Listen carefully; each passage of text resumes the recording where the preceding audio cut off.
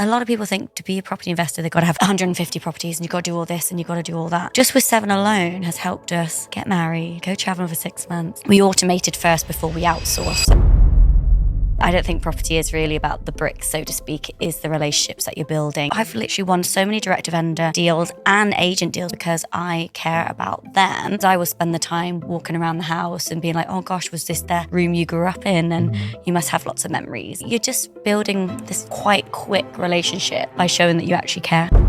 It's all about the end in mind. When we were away, someone said, oh, the boiler's gone. The VA's got a login to the property and on it has the lockbox codes and the maintenance guys that go to that property and the managing agent for that property. She's got everything she needs and she just pings it across. Same with cleaning relationships. Cleaners come in every 5 weeks. We have nothing to do with that. Our VA contacts all the tenants, contacts the cleaner, gets it all sorted because all the information's in one place. Mark your calendars. The 2025 Property Developer Show is coming to 5 major cities across the UK, bringing the best service providers and developers together under one roof. On the 5th of March, we kick off in the first show at Milton Keynes, followed by Bristol on the 30th of April, Birmingham on the 16th of July, and then we're heading north to Manchester on the 10th of September, followed by our final stop in Newcastle upon Tyne on the 15th of October. Don't miss out on connecting with other developers, service providers, and industry leaders. Visit propertydevelopershow.co.uk to book your free ticket today. Welcome to another episode of the Property Developer Show, the podcast. Today, I'm joined by Holly Jennings, who is an investor, developer based up in Sheffield. She also has a CRM system that her and her husband have designed and built for their own needs that other people can use.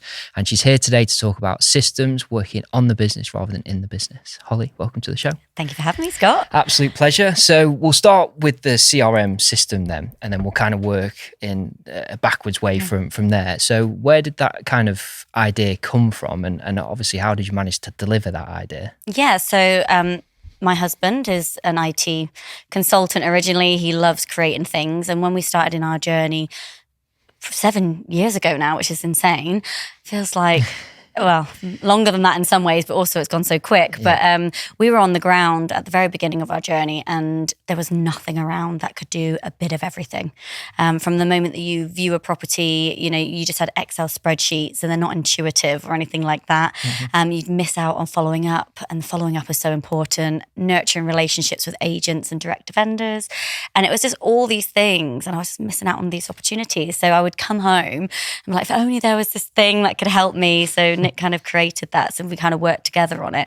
And we were using this system for about almost 2 years until someone kind of said, you know, that would really help other people. And we're like, of course, yeah, that makes sense because everyone's kind of going through what we were going through, and it's grown since then and it's become even better. Like we've even had calculators in there for strategy so you can compare the strategies. Yeah.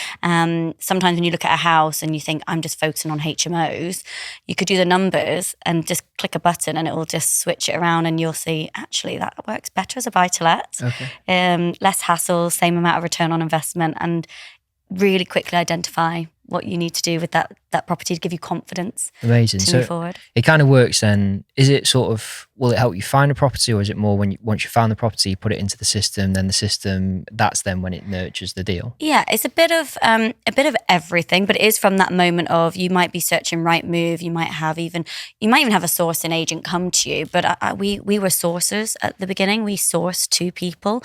So it was actually based around a sourcing industry. So if you are a sourcing agent, it's perfect for you because it's finding it. But if you're working on your own, looking for your own stuff, it's there as well. So it doesn't like find the deals. There's other ways you can do that, but it's putting it in, following it up. Mm-hmm. There's neat little buttons and stuff you can press on there to save you plenty of time. And it's just like records. Like we've had customers where they've said like something went off the market, they never got the offer accepted, but it came back 6 months later. The data's all there, the viewing photos, what they offered on, everything. And they just click the button, it calls straight through from their phone to the agent.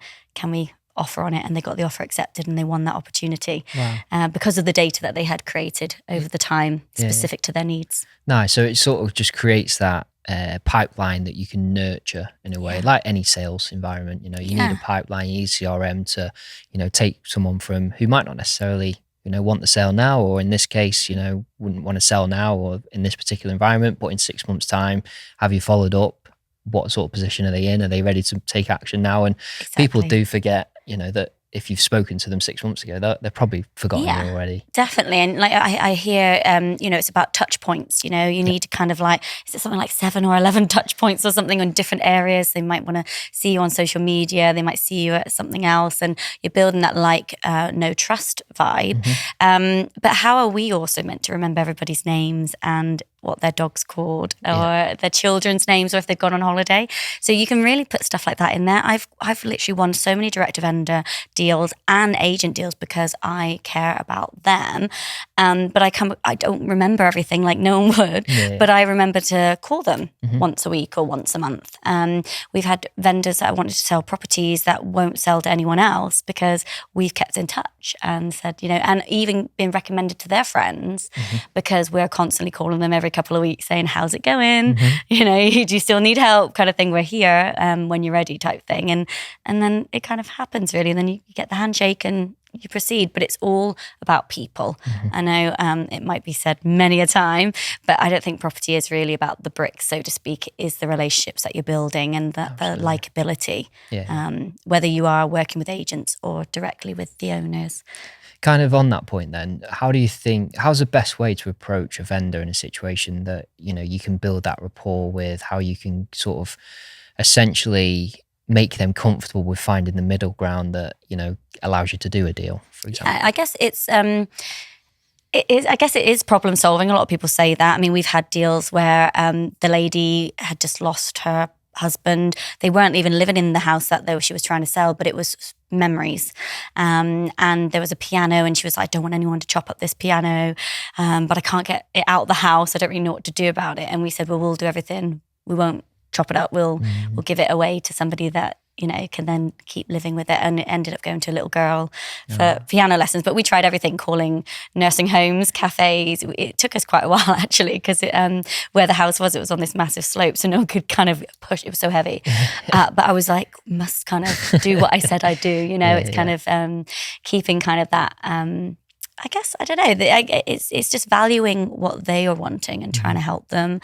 I went around another lady's house and her mum went into a nursing home, and she's kind of in a vulnerable situation. And I know so many people that will just go straight in and go, will you drop the price? Or they just don't seem to care. Whereas I will spend the time walking around the house and being like, oh gosh, was this the room you grew up in? And you must have lots of memories. And, if they've got a dog or something, you're just building this, I don't know, this quite quick relationship by showing that you actually care and it isn't all about the money. Yes, okay, we're doing a business and we're wanting it, but by that, on that particular occasion, we've actually had people where they've gone at the end of the chat and everything, I'm like, is there any wiggle room at all? And it's not hardcore or anything. I'm like, is there any movement? And they went from 90 to 80, just like that, after they seemed to like me. And I said, I knew it would work because of the system, done the numbers. I was confident what worked. I was like, that works for me, and just shook on it right there and then with them. So I don't know. It doesn't have to be hardcore. It doesn't have to be, I know everyone's like 20% below market value and but we've actually done deals that are what the price is as well on the market because of the system that we have to know that it's still a good deal. And that's all about having the right systems in place, which kind of leads quite nicely onto the point that you've just come back from a 6-month holiday. So your systems must very much be in place. How do you kind of create that business where it can continue when you're not physically near where everything's happening? It's all about the end in mind. We knew when we first started our journey, that whole like why, what do you want to do, what's your goals? We did like a 5-year plan where I was in my early 30s, been with my partner for a long time, and I was like, I want to get married. So we got married in 2023. But basically we did property for like 3 years. And then the last 2 years, I've just been just gallivanting around, just enjoying myself, going to Ibiza, going on Africa and safari and just wedding of dreams type thing. But we knew that with the wedding and then with this 6-month traveling that we had planned, we knew we had to kind of be clever with it. And it wasn't just buying houses, it was strategy and systems. And so we would, at the beginning, did a lot of stuff ourselves to help with money and capital cash flow. But actually, as time went on, because we knew, like, right, this year we're going to have to start outsourcing. So you start looking at getting VAs. We started working with other managing agents to manage our HMOs. But a lot of them were kind of like, because we had so many systems in place, even systems like to help with the heating in the house that you could just manually do on your phone. We automated first before we outsourced, so to speak. Things like with the CRM, you've got, like when we were away, someone said, oh, the boiler's gone. So the VA's got a login to the property. She has access to that. And on it has the lockbox codes and the maintenance guys that go to that property and the managing agent for that property. She's got everything she needs and she just pings it across. Same with cleaning relationships. Cleaners come in every 5 weeks. We have nothing to do with that. Our VA contacts all the tenants, contacts the cleaner, gets it all sorted because all the information's in one place. Anyone that ever manages any kind of portfolio, if you get bills coming through your door, and it's just got an account code, you're like, which house is that for? You just put the account code in, it pops it up and you know which house it is and you can kind of deal with stuff. It's not like a piece of paper and a filing cabinet in your house. So even before we went traveling, we did loads of trial runs of weekends away and things always kind of happen when you go away. It's like, timing. Yeah, they know. we're here, nothing's happening, now we go away. And something happens. We always used to use the example, and maybe I manifested it, of a washing machine with the warranty breaking down. And actually, that actually happened to us in one of our properties where they were like, the washing machine's like leaking or something. But again, we were away for the weekend, but we just went onto the house on the CRM. We actually had the make, the model, the call out number, everything we needed to know. Where is that information normally stored?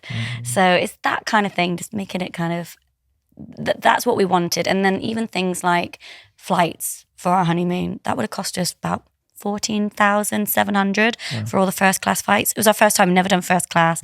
We were in so much debt before we started property, like most people I'm sure are. And because it was the end in mind, we were able to go, right, okay, well, we're doing this property business. We want to have those first class flights. We want to have that dreamy honeymoon.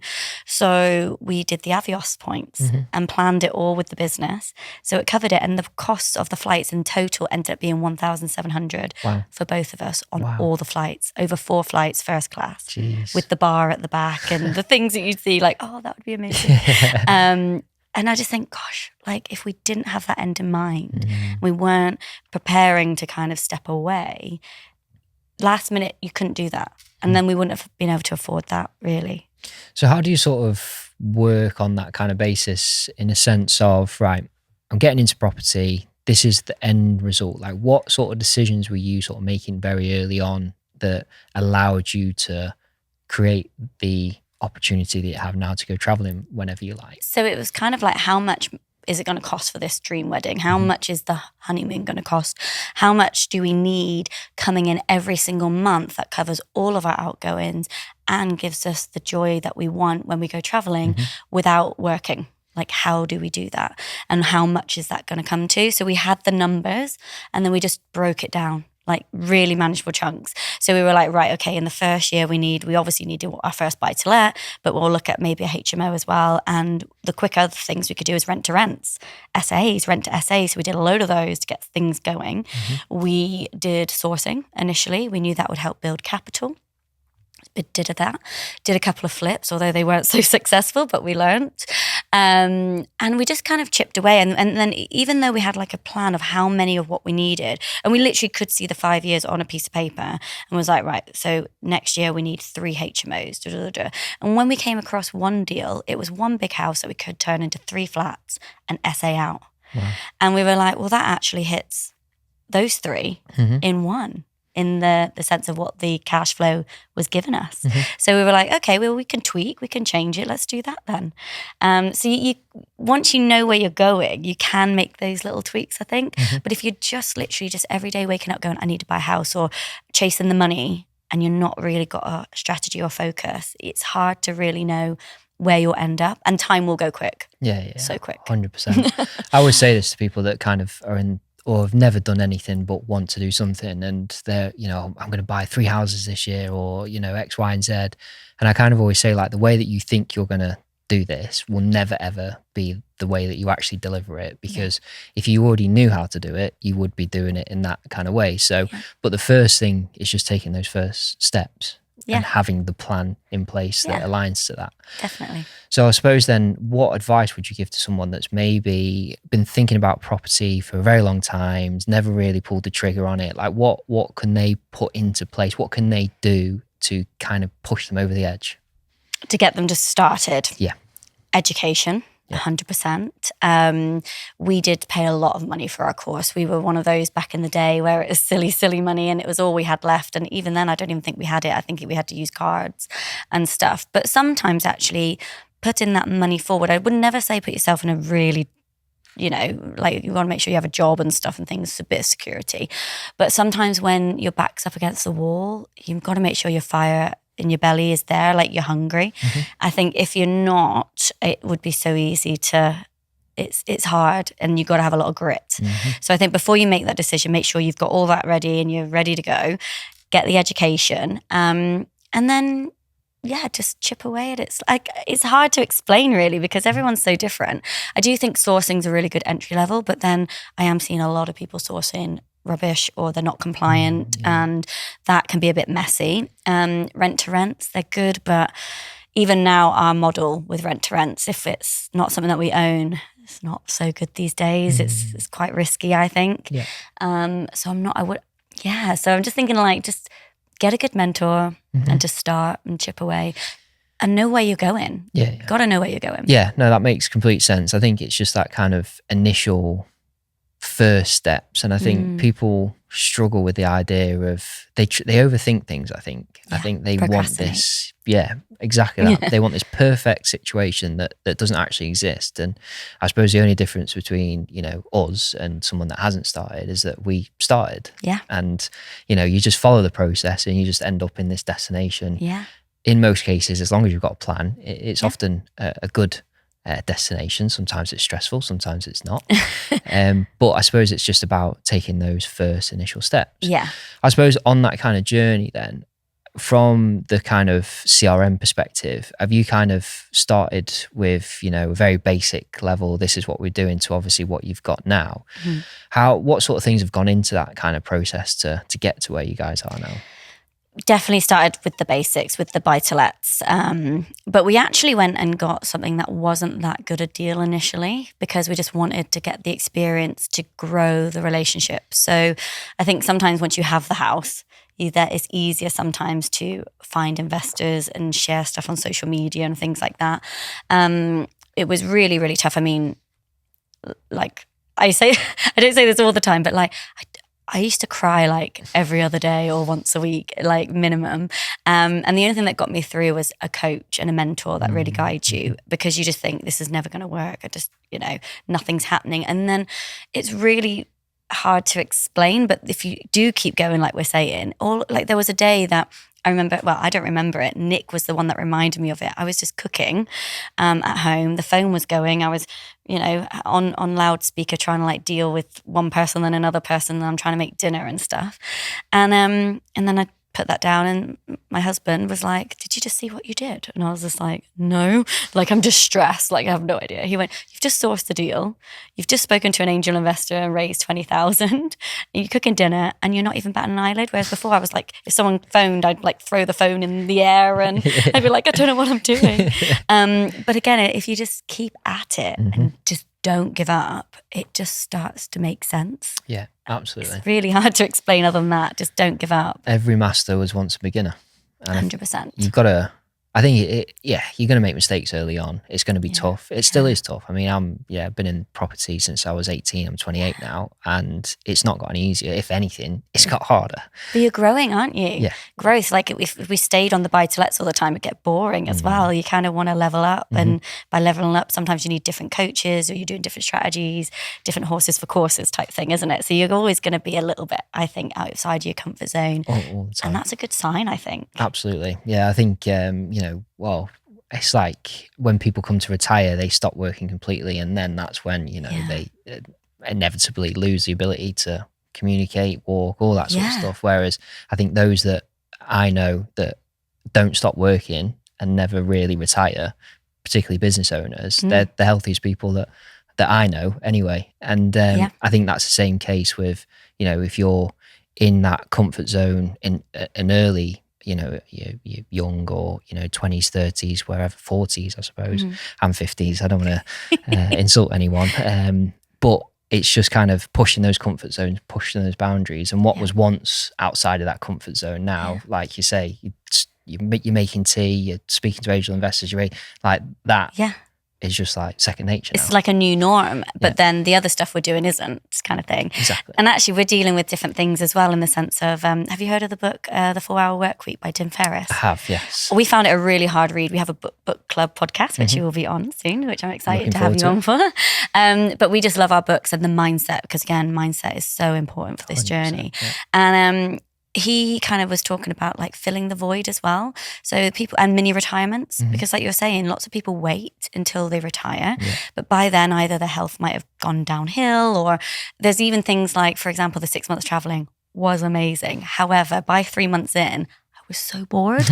Like I was a bit like, there's only so many pina coladas on a beach you can have without feeling like you're kind of getting a bit like, oh my God. And there's no passion, there's no purpose. And also, we were like on an island, which you could walk around in 45 minutes. It was just paradise. And just took it for granted. We'd see people arrive and strip off and run in the sea like they've never seen water before, and they were excited.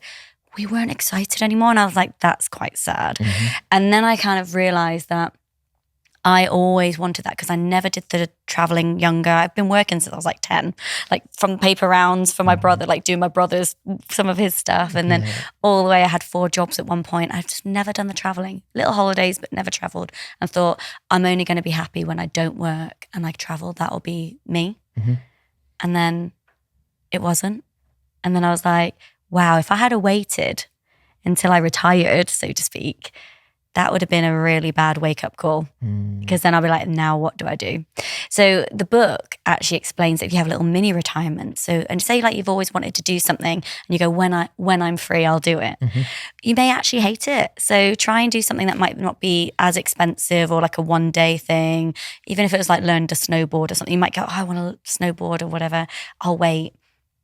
Just go to the slopes here or something and just try, you know, in-house stuff and learn, and you might not like it. So then you can change quicker.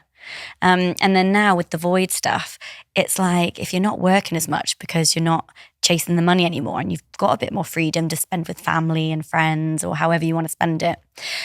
And I think this happens with retirement. And I'm only 38, but in a sense, I've had that little mini retirement. I now know the last thing I want to do is stop, for sure. And I want to, well, I still don't really know what I want to do for then, but I do know why people still coach. I do know why people want to give back. I do know why, like, learn a language or something, because what else are you going to do with your time? It sounds amazing, but when you're there, you're a bit like, Yes, I completely relate to that. Do you? 100%, yeah. Without bombarding the episode, I had a finance business that I sold to the business partners, and I had a 12-month period where I was basically doing nothing. And, sounds amazing though, doesn't it? It does. And when I say that to people, they're like, oh, that was, but no, it because my routine, my structure was completely thrown out the window of, you know, going to the gym in the morning, then to the office, then working till 5, speaking to the team throughout the day, then going home, doing a bit more work, going to bed, Monday to Friday, weekend, you know, whereas like every day was like Saturday and Sunday. So I started like waking up a bit later, still going to the gym, still trying to keep a bit of routine. But then, you know, I'm like 12 o'clock, I'm like, now what? And I started to make poor decisions that it was just out of boredom more than anything. I had tried like plant hire, I had welfare vans that I was hiring out, which was a really great business, to be fair. It just wasn't me. I was looking at haulage. I was just looking at all sorts of random stuff just to keep myself busy. Yeah. Luckily, I came up with the idea with the show, and I've now combined the passion with business and property under one roof, and I'm absolutely loving life again. But I've got that slight fear of, well, what's after that? You know, when I grow the show, it gets to a good point, you know, how do I keep that? So just kind of on that, I get your take on that. What sort of things have you learned from that experience that have now changed your perspective on things? the mini retirements. Like I can still have 6 months off if I want to, but I might do it every other month or a weekend away here. It's the choices I think it gives you. But I think as well, it's now learning to just do something that excites you. Because like you're saying, we've only been back about 2.5, 3 months, and already like a bit of Netflix is creeping in a lot, and you're allowed days off and stuff, fine, and little binge-worthy sessions or whatever. But it just gets to a point, like say, you're waking up a bit later, or you're not doing this, you're not doing that, and then it's hard to build passion in that, or find excitement. And like say, you become bored. So I think the key would be just to be not bored all the time, whatever that may look like for you. And I think you have to try lots of things. Like, I was even saying to Nick, like, I think I might go and do the circus thing in Sheffield, like where you do a bit more acrobatics stuff once a week. I might hate it, I don't know. Might be really bad at it, I don't know, but you got to start somewhere. I thought it could be quite fun to do of an evening, or a new social group or something. Because I admire watching people that do that. I think that's incredible. And I've never really found something that I've enjoyed in like sports, other than gym's boring to me, but I'll go and do a class. But I was like, it would be so cool to find something that's an activity where it keeps you fit, that you can enjoy. Yeah. But you just got to try. Absolutely. And got to get yourself out there. Just very quickly interrupting this episode, have you got a property deal in mind? Want to build or grow your portfolio but unsure how to obtain funding? No problem. At Roma Finance, they love to lend. The borrower-first approach means Roma deliver flexible, tailored solutions that accommodate the diverse needs and experience of developers across residential and commercial projects. With a flexible criteria, Roma take time to understand each borrower's unique circumstances. Roma's attentive team are always equipped to handle and take on your requests. They will guide and support you throughout the property journey. Colleagues and customer relations are the beating heart of their business. Don't forget to explore Roma's website, romafinance.co.uk, for helpful resources, including articles and case studies to guide your financial decisions. Remember, Roma Finance love to lend. Your property goals are only a call or email away. Now back to the episode. 100%. I think it's it's the world we live in now, isn't it? Our ancestors would have been working non-stop, hunting, cooking, harvesting, trying to survive, trying not to be killed, trying to kill in some cases. And I think now you can pretty much, if we wanted a McDonald's, I open my app and it can be delivered to this front door. Instant. I think that has removed the purpose element of people's lives. So I think now people are looking for that life experience in a different way. And, for people like yourself, most of the guests that I get on this podcast, they're all high achievers in some format, and to sit still is like completely against every value in that person's body.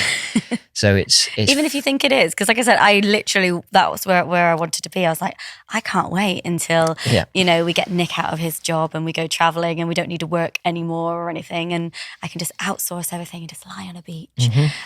Genuinely thought that's what I wanted. It's just, I think most people, a lot of people get into property for that reason. Yeah. So I suppose for someone that is chasing that, what advice would you give to them to kind of?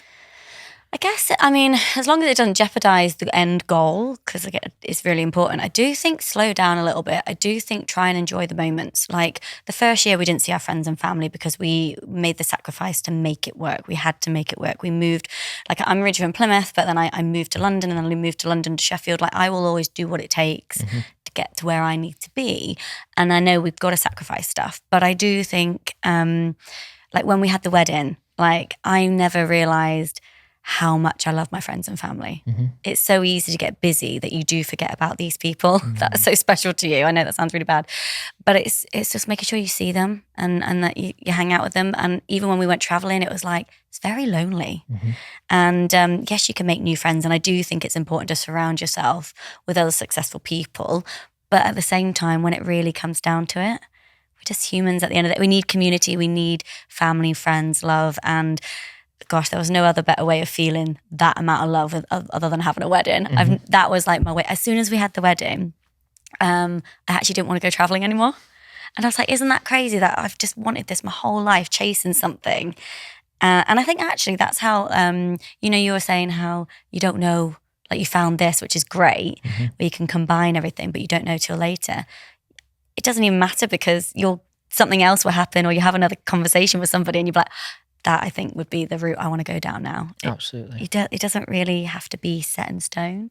I love a good quote, and I think it's Steve Jobs that says you can never connect the dots looking forwards, only looking backwards. Yeah. And I think it's so easy to chase something without realizing what the consequences of that chase is, because you're so passionate about delivering on that. Tunnel vision as well, aren't you? And I think it's difficult, isn't it? Because I think you need that balance. You need to be able to be that type of person, but also at the same time not neglect things. And I think you either have one or the other. And I think the balance is super, super difficult until you mature essentially as a business owner, or, someone that's achieved what they want to achieve. I think that's kind of the next level, when you realize actually there's a greater meaning to this end result, and it's not what I thought it was going to be. So I've now got to find fulfillment in something else. Yeah. And I think that's what a lot of high achievers, of any level, I think even, who was I listening to? I was listening to a podcast, I think yesterday, and someone said like billionaires are the most, it's Cat Williams and Theo Von, like really random, not a business podcast at all. Yeah. But Cat Williams basically said like the billionaires he knows are like the most unhappy people in the world, because they've got essentially anything they want. Yeah. So how do you find fulfillment in abundancy? If that makes sense. Yeah. No, definitely. But I mean, we've gone completely from property into more, but I think it's all relevant. It's important. Absolutely. And I think you've got to understand that these are the kind of harder parts of property, is trying to maneuver around these mindset issues and trying to get to the end goal, but then, not making that its be all and end all type thing. And I think it's a very difficult task to do. So like, for example, another thing, when we first started off, we were very materialistic in things. We actually had a nice car and, a nice little house and like all these types of things. I don't want that anymore. I think that also changes too. It's not, the Porsche was lovely and the stuff we did was lovely, but we were living outside of our means. We were actually really unhappy in certain things. And now, again, the freedom and the choice of doing things, it doesn't matter. It's a car for me. And as long as I've got like the house I actually live in now, I never liked it. And I was like, I'm living there just to help live within my means and to create the goal that I want. After coming back from traveling, I was like, I love this house. I love it because it's got my bath and like my stuff that I like. And I've never been that person ever. Never been a homebody at all. But I just think you learn along the way of what you like, what you don't like, and that's okay. And routine, mental health, ADHD, I only found that out like a year or so ago and diagnosed everything. Apparently I'm full blown. And I was like, what? And it makes so much sense. But at the same time, again, traveling and having freedoms and retirements, you are out of a routine. And then that's chaos. Yeah. Complete chaos. Absolutely. So we like systems and it sounds boring, but it keeps it, I don't know, just happy and nice. And we always wanted the money. We always wanted the car. It's not about that. It is about the connections. It is about what makes you happy, excited, whatever that might be. Yeah. So do you think, just on that point then, that you need to potentially experience that level of life to then appreciate the other things? Like, if someone's chasing that goal, do you think they need to get to that goal to then realize actually what's more important? Or do you think somebody can realize that earlier, if that makes sense? I guess they could realize it earlier by listening to others and being really aware of like, what am I actually chasing, I guess. But again, life is a journey and I don't think you will ever know until you get to that point. If you really want it, you'll work to get it. And then that's probably when you realize it was never that in the first place. Like I've always chased money, but it's never really been money that I thought it was. I thought, that's what's going to give me all this stuff. And in a way, it's a vehicle kind of thing, but it's more about the power of choice. And I live a much simpler life now, much less stressful, sorry. And I'm more content with that. Whereas before I was like hungry, tunnel vision, got ill quite a lot because of the stress and the corporate living that I lived in before. And with my background, it was quite hectic. And yeah, I just think it's really hard to I get it. discuss this kind of thing, because I guess everyone will be different, but yeah, life is a journey, and I know that's very cliche, but everyone will have their own path. Though, isn't it? Yeah, it is true. And do you know what? Those questions probably come from quite a selfish perspective, because I'm always battling this type of, I'm hungry, I'm ambitious, I want to dedicate a lot of time into growing a business and, essentially being successful. That's what I've wanted to do since I was 18. I'm still on that journey, but I always battle with, I'm not chasing the money now, I'm chasing something of value and trying to create something that's bigger than me. That's what I get the buzz out of. But I think I still struggle with that battle in my own head of the balance. And a lot of people, or someone said to me once, like, you've got the perfect imbalance, and however that looks like to you is what your balance is. So I just, that quite, hopefully people have still got value from the questions I've been asking, but they've been quite selfish. No, it's good. It's really hard to know, isn't it? I think it's like when you were saying, like, you want to be something bigger than yourself and growth. Like, some people say it's the legacy for their kids. Some people will say it's certain things. One thing I started to look at internally was, why do I want all this stuff and success? Why did I want the nice car? Why did I want this? Why did I want all this stuff? Why do I want time off? Why? And it's normally, unfortunately, initially what's just been kind of embedded in you when you're young. You just you think, oh, that's what I want. But actually, that's just someone else's view on you. Like, actually, I don't care if anyone thinks I'm successful or not. I used to really care. I was working on Harley Street. I had the nice clothes, I had the shoes, and if I didn't think I would have fitted in. And it was all I loved it in a way. It was kind of enjoyable, but it was stressful and stuff. And what was that all for? Well, I don't know if it was for me. I think it was probably for maybe even people at home, like, oh, look what I'm doing, kind of thing. Or worked on cruise ships. I'm off on the cruise ships. I'm having the best time ever. On the cruise ship, I was so miserable. It was the worst. And I actually got injured, and it really changed my whole path in life. I had to get off there within 3 months. I couldn't dress myself, couldn't feed myself. Wow. It was insane. So you don't know until you go and do it. Of course. But when you do it, you start looking back and going, who am I doing it for? Yeah. I think for me, it's kind of being in a position where I can look back and go, I gave life a really good go, and I achieved this, and I did that, and I had that business, and that helped them. And that's, I think, for me, what drives me is that sort of being on my deathbed, essentially, and looking back and thinking, I did pretty well at this life thing. That's kind of what I think drives me a little bit. I think it's the same thing, isn't it? It's like you could be chasing money, and I'm not just saying you, but someone could be chasing money thinking when they're on their deathbed, that is, what they're going to look back and think, I'm so proud of that. But actually, from I've read some other books and seen the last thing most people, unfortunately, when they wish, it was the things that they didn't do, and it was mainly like relationships and people. It wasn't really, no one ever talked about their job on their deathbed. It's not something that's important to them in the end. It is the relationships that we had learned along the way. But you just got to live, like, life is just for living, and you got to take it as it comes and do what works for you. 100%. Couldn't agree more. So jumping back to the property, property podcast. We're doing the mindset on my podcast. We'll do a bit of property instead. Yeah, that's it. So what sort of things are you looking at the moment? Are you kind of looking at more sensible stuff now, less risky stuff? Obviously, you're doing the rent-to-rent stuff and the cash flowing stuff early on. Like, are you still doing that type of strategy as well as investing? Instead of it being as intense as it was trying to get to those goals, we've just taken a bit more of a step back. We're actually, sounds boring, but it's really important. We're actually more looking at stability as well. So important to kind of do a bit of both. Again, it's balance. We spent the last 5 years growing, and then traveling and having loads of fun.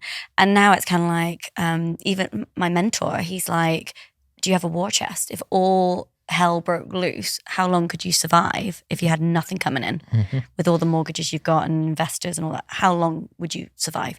And you're like, this is a really good question. How long could I survive? Have I got my own little bank? Have I got my own little kind of war chest? Have I got all these things? So I think we're wanting to grow that side a bit more, but alongside that, we will keep growing our own portfolio. But again, instead of maybe 2-3 a year, it might just be like one, like for cash flow. And then we're looking at a bigger commercial to resi stuff now, because again, it does get a little bit boring, so it's more about kind of keeping you interested and excited as well, but we want to kind of do the whole buy something big, turn it into flats, sell it, for the capital side.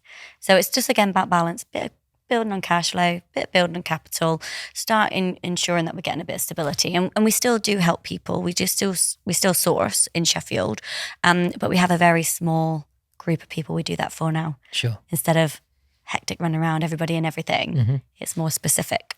What's kind of the shift in that sort of security side then? What are you paying down debt? Are you trying to create more equity? What does that sort of look I think like? a lot of people don't actually talk about when you're growing, you do get investments, and no one talks about paying them down. It's that the Rich Dad Poor Dad, the cash flow quadrant game thing, the board game. To win that game, you actually have to pay down all the interest and the outgoings. And we, just by doing that, you've already got an income in itself, just like that. So it's another angle, it's another strategy. Yep. And it works really well for us at the moment. We don't need to change it. Our investors love working with us. We will love working with them, and we can still grow. But actually, it's just another strategy to help ensure that everything's stable and it's not going out of control. I don't know about you, but there's a lot going on in the industry right now where everyone's over leveraged. Oh, gotcha. It's scary. Yeah. And I think that's personal opinion. It's an opinion.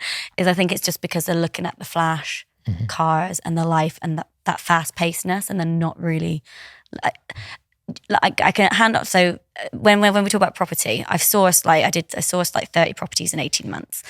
But personally, we've only got 7. And I like saying that to people, because then they're like, so you've only got 7? It's still a big number for some people if they haven't got one. But a lot of people think to be a property investor, they've got to have hundreds and 150 properties, and you've got to do all this and you've got to do all that. Just with 7 alone has helped us to get married, go traveling for 6 months. And now we've just got this choice where I can go gym when I want, and I can hang out with my friends and family when I want. And if my dad called me tomorrow, my mum called me tomorrow, I can go down to Plymouth if I needed to. Choice. It's the choice thing that we've got. And that wasn't on hundreds and thousands of properties. And we can still systemize and we can still grow, but it's humble, but we still get fancy stuff. We still get the life that we want. So what does it matter? Absolutely. I think leverage is one of the most underappreciated things in property. I think particularly in the early days, a lot of, I suppose, the kind of get rich quick gurus, furus, whatever you want to call them, kind of promote the refinancing, maximizing your leverage, which I completely understand from a scalability perspective. If you've got very little and want to create something, then yes, leverage and debt is an incredible tool if you use it to your advantage. But what people forget in terms of the long term is that you do eventually have to tip the scale the other way, where you pay down equity and you increase your profit margin, as you say, in that way. But as kind of your mentor said, what happens if Armageddon comes? And a lot of these people that have got like commercial vows on like 5-bed all ensuite HMOs, in my opinion, I think they're going to be in trouble, because you've not really got something that's of commercial value in a sense of the income that it's producing. Maybe down in London might be a bit different, but in the north particularly, and you're never going to sell it to an end user because it's got 5 ensuites, 1 ensuite's downstairs in the living room essentially. So you're kind of stuck with this asset that's, if you've got 3 rooms that are empty, or you've got a problem tenant, or, anything could potentially go wrong with it. You've not got enough skin in the game to give you that exit. And people always underappreciate the exit, I think, in property. Yeah, always got to have an exit. 100%. Multiple even. And again, going back to the systems, we make sure that there is multiple and it's there. So if anything happens, or, governmental, anything changes, even with lockdown and stuff like that happened, that seems ages ago, but anything like that where you just think, whoa, that's not quite working anymore, or so-and-so's not paying, or how do we do this? You can look at the system and you can see your options, and you make sure that you can do at least two exits, I think. Absolutely, 100%. I think if you get fixed on one exit, that's when things start to become a bit more. Or if it's almost too unique, I think it's amazing what some people are doing, but I think sometimes when it's so unique, like you say, if the market changes or anything, you've got less buyers, and, if things go really wrong with all money and stuff like that, and you're a bit stuck with that then, and then who's liable and needs to be covered and paid. So Yeah, I think for me personally, I quite like the easy life. But I'm now stepping away from the kind of like doing nothing now. I totally understand, like when you met someone where they're coaching and they do have a lot of money and they have this amazing life and you're like, why are you doing this? Like, surely you don't need to be doing it. I get it now. Yeah, totally get it now. And I think a lot of people start off like that, don't they? When they start off in property, they're like, why is this person doing this? Like they're just making money off me and that they're not making money off of property. But actually, I can get it because they need something to live for. And it's nice to give back. It's 100%. Nice to share. So yeah. I mean, it's important though, just on that subject, to assuming you're talking about trainers. Yeah. It's important to go to people that have got the experience or in the position that you want to be. I think there's some really great trainers out there, and there's some really bad trainers. Oh yeah. And I think you've got to look at Companies House. You've got to do the due diligence, check social media. Yes. Get the feel, which is quite difficult in some cases, but get a feel, try and speak to other people in the industry to get the right person to work Who's with. been in it long enough to go through the ups and the downs, that have been there through everything. You know, there's still a lot of people that are doing courses and trainings that have only been doing it a couple of years. They haven't done full circles of anything really, of what could go wrong. It's going right now, but I guess you don't know, do you? But I mean, yeah.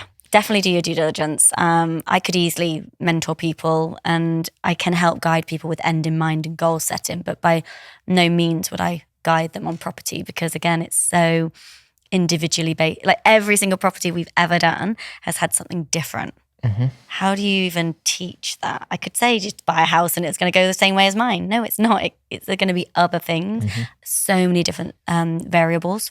Absolutely. And if I'm not experienced in all those, I can have a power team and I can help and stuff. But yeah, you got to just be careful for that. So yeah, if you're out there looking for trainers, just do a bit of DD and absolutely ask the questions and make sure they've been there doing it for a while. 100%. Couldn't agree more. Couldn't have said it better. And I couldn't agree more. So if people want to get in touch or find out more on the CRM system, how can they go about doing that? So it's called PropertyPipeline. We're on Instagram. I'm Holly Osborn Property on Instagram. There's like Linktree links in there and stuff like that. And I'm sure I can give you a link to pop it on the page. But yeah, we're open. We do one-to-ones. It's free. We can have a chat, see if we can help systemize your business. Super. I just realised that I called you Holly Jennings to begin with. It's fine. I literally am. One of my emails is still even Holles Jennings. Like it's so my passport hasn't even changed. Right. Okay. It's been a year and I haven't done anything. I even signed as in Jennings. Yeah. Got to learn that. Good stuff. All right. Happy days. Well, I appreciate you making the trip over today, Holly, and it's been a pleasure having you on. Thanks for having me. Pleasure. So yeah, hopefully you've had some good insights, obviously more around the mindset of investing, and you know, it can change. Goalposts do change, and when you do get to that pinnacle, it might not necessarily be what you expected, but it's about adapting to what that outcome is essentially. As I always say on every single podcast, please do like and review and leave a comment as well, because that helps with engagement according to the marketing team. And obviously on YouTube, do like and subscribe. Again, it helps. We'll see you again soon. All the best. Take care. Bye-bye.